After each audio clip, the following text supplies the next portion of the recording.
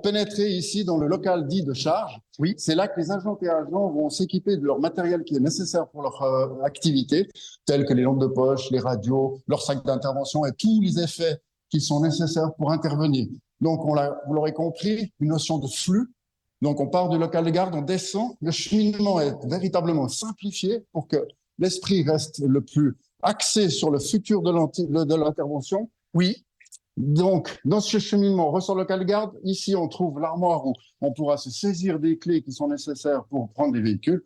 Et ensuite, on arrive au véhicule. Alors, je te préviens tout de suite, Andrea, c'est juste un peu déceptif parce qu'on ne va pas voir les voitures des policiers ici, puisque pour l'instant, bien entendu, il n'a pas été officiellement habité ce lieu. Mais alors, donc, parlez-nous ici des places de stationnement. Ça paraît immense, ce garage. En fait, il l'est, puisqu'il est vide, donc du coup, la dimension est importante. Mais néanmoins, il est là en capacité d'accueillir 10 véhicules, de ceux de la police Lyon-Région ainsi que ceux de la police cantonale.